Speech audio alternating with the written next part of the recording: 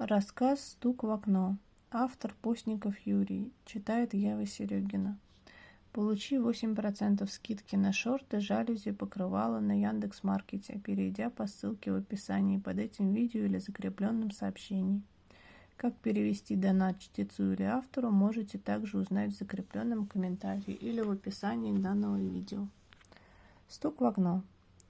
Вот уже полгода, как я переехала на дачу, чтобы остаться тут жить на постоянной основе. Признаюсь, что отказаться от той жизни, которой жил на протяжении последних 30 с небольшим лет, очень трудно. Можно подумать, что почти невозможно.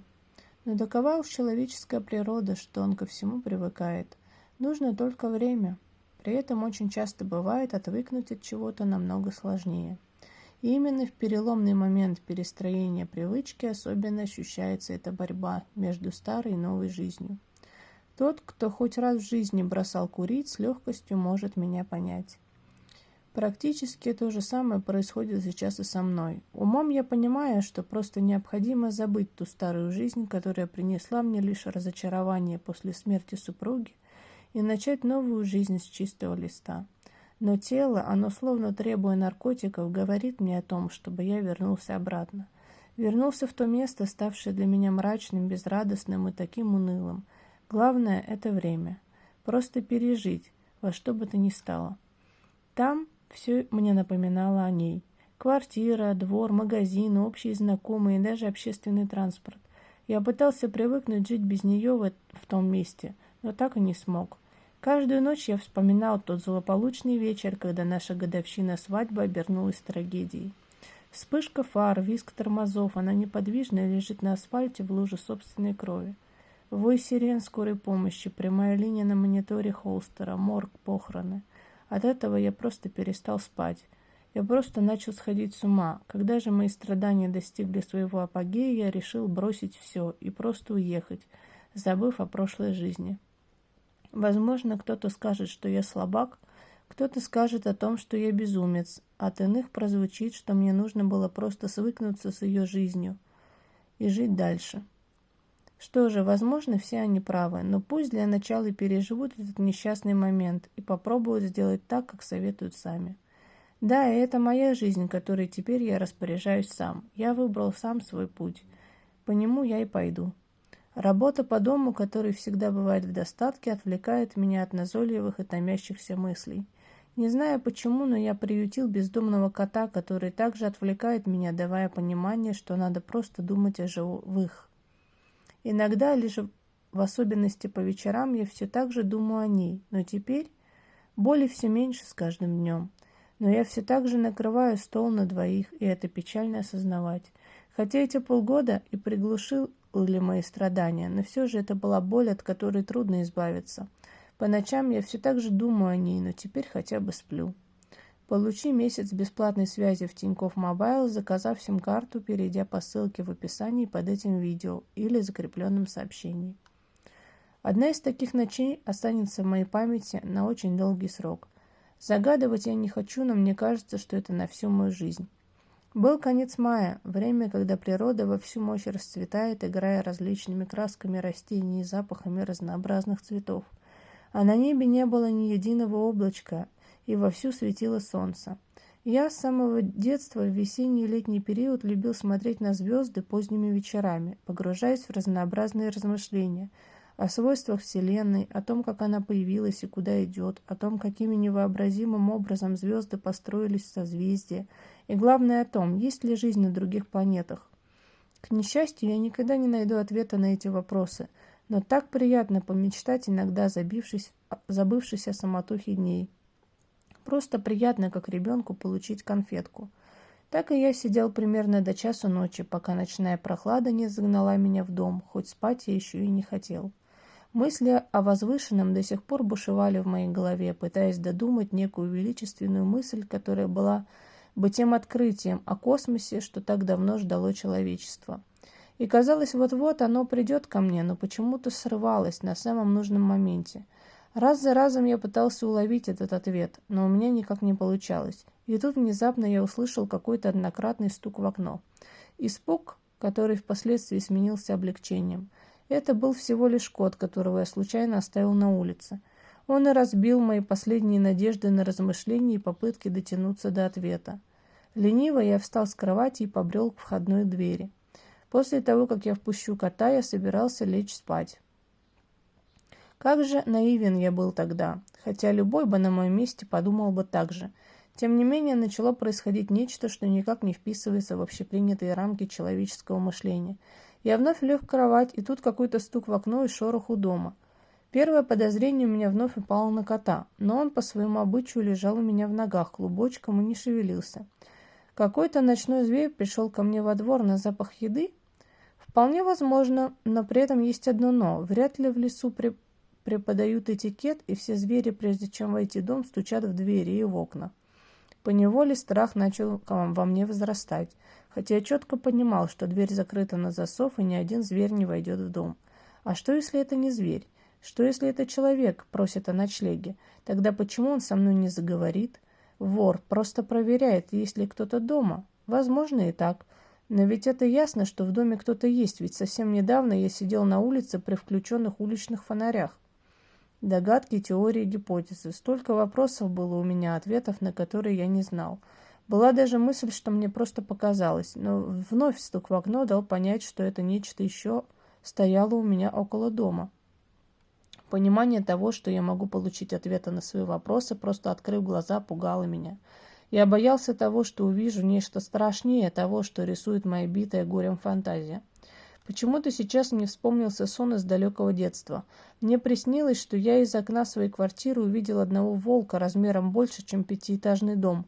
Во сне я четко понимал, что он хочет съесть меня, но стоило ему сделать шаг, как он поскользнулся на льду и с огромным грохотом упал, от чего я проснулся. Конечно, я понимал, что это не огромный волк ко мне пришел. Также я осознавал, что я сейчас вовсе не сплю, и стук этот столь же реален, как и я сам. И вновь стук в окно повторился.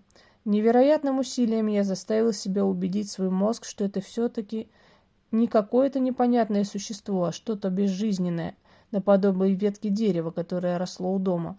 Просто порыв ветра заставляет его причудливо стучать, одновременно пугая меня. В эту версию мне хотелось верить больше всего, в ней не было ничего страшного. Эти стуки разбудили и кошку, которая всем своим поведением дала мне понять, что это вовсе не какие-то ветки. Шипение и злобное мяуканье дали мне понимание того, что она видит нечто такое, что нам обоим угрожает. Я чувствовал, как она напряжена и вот-вот убежит, спрятавшись от неизвестного существа. Но что это было? Приложив огромные усилия, я открыл глаза и увидел то, что, по словам ученых, существовать никак не должно. Это была она, точнее оно. Я не знаю, какое местоимение подобрать тому, что стояло за окном. Это был призрак моей покойной жены. Она нашла меня. Не знаю как, но нашла. В эту минуту из меня полился градом холодный пот, липкий пот. Сердце будто бы вовсе остановилось. Готов поспорить, что мое лицо было в такое же бледное, как и то, что напугало меня. А именно призрак моей жены. Нет, это не было страхом. Это был леденящий душу ужас, который запросто может убить все живое, что испытывает его. А я был на грани потери сознания. Вновь стук в окно, отозвавшийся в моем сердце таким же стуком. Все мое тело в одно мгновение было обездвижено тревогой, которая заставляла кровь стыть в жилах. При этом я осознавал, что смерть от руки человека не так страшна, как увидеть то, что было по ту сторону моего окна. Что хотела она от меня? Зачем она пришла ко мне посреди ночи? Почему она не приняла покой после собственной физической смерти? Как такое вообще возможно? Почему она не входит в дом сквозь стены, так как это показывают в фильмах ужасов? Увы, но ответы на одни вопросы дали бы мне еще более непонятные вопросы, нежели какие-то ответы. Время для меня вовсе остановилось. Вокруг меня воцарилась почти полная тишина, нарушаемая лишь шипением кошки. Я перестал чувствовать и осознавать самого себя. Вот-вот мое сердце перестанет биться, и я чувствовал это. Смерть моя была близка, как никогда. Я просто знал это. Вскоре я стану таким же, как она, бесформенным, антропоморфным призраком, что является людям, пугая их до самой смерти. А ведь так хочется пожить. Я слишком мало сделал в этой жизни, но, видимо, такова судьба моя — быть убитым тем, кого любил при жизни. Она же не шевелилась, стоя у окна, наблюдая за мной своими черными пустыми глазницами. Мне было страшно, это бездействие с ее стороны. Уж лучше бы она убила сразу, чем мучить так. Тогда бы мы были равны друг другу и снова вместе, как при ее жизни. Но она стояла без движений. Прекратились даже стуки. Хуже смерти только ожидание смерти. Не помню, кто это сказал, но это так. Когда мой внутренний ужас достиг своего неминуемого апогея, я начал выть, кричать, реветь, как маленький ребенок. Оцепенение улетучилось, и я начал ворочаться в истерике, как червяк, которого поджаривают на раскаленной сковородке. Я пытался выкрикивать членораздельные слова, но мой язык не слушался меня. Слезы текли самопроизвольно, будто бы скорбя по смерти моего рассудка. Четкое понимание того, что я спятил, дало мне осознание, что теперь не стоит строить счастливые планы на собственное благополучное будущее. Как же легко свести с ума человека, показав ему то, что он не может объяснить. А она стояла у окна. На мгновение мне показалось, что она смеется и улыбается, радуясь тому, что я схожу с ума, страдаю и бьюсь в истерике ужаса. Но мне всего лишь показалось, она стояла неподвижно, не выражая никаких эмоций на своем призрачном лице. Неожиданно мне стало жалко кошку. Она стала свидетелем того, что не должна была, получив невероятный стресс. Вскоре кошка спряталась под кровать, и я ее не наблюдал даже на протяжении всего остатка ночи. Мое же безумие продолжалось дальше. Вскоре истошные крики сменились безумным хохотом сумасшедшего. Мои истеричные, самопроизвольные движения повторялись. К рассвету я оказался абсолютно без сил, упав на пол, издавая стоны почти умершего человека. Когда кошка подошла ко мне, начав облизывать мою щеку, я понял, что ночной кошмар закончился. Моя мертвая жена ушла, оставив меня в мире живых. Я долго не мог прийти в себя, и лишь к полудню встал с пола. Как будто на автомате или вовсе под гипнозом я делал какие-то дела по дому, не понимая смысла своих действий. А в голове моей крутились вполне естественные вопросы. Что это было ночью? Реальность или галлюцинации? Вернется ли она этой ночью? Сколько я выдержу таких ночей? Спятил ли я или еще остался в здравом рассудке? Куда я могу спрятаться от этого? Неожиданно, средь бела дня я вновь услышал стук в окно, ощутив все тот же приступ ужаса и страха, что был ночью. На мое облегчение это была лишь ветка дерева, стучавшаяся в окно. Но я не знал того, управляется ли ветка эта ветром или же моей покойной женой. Могу ли я привыкнуть к такой жизни или нет, я не знаю. Нужно только время.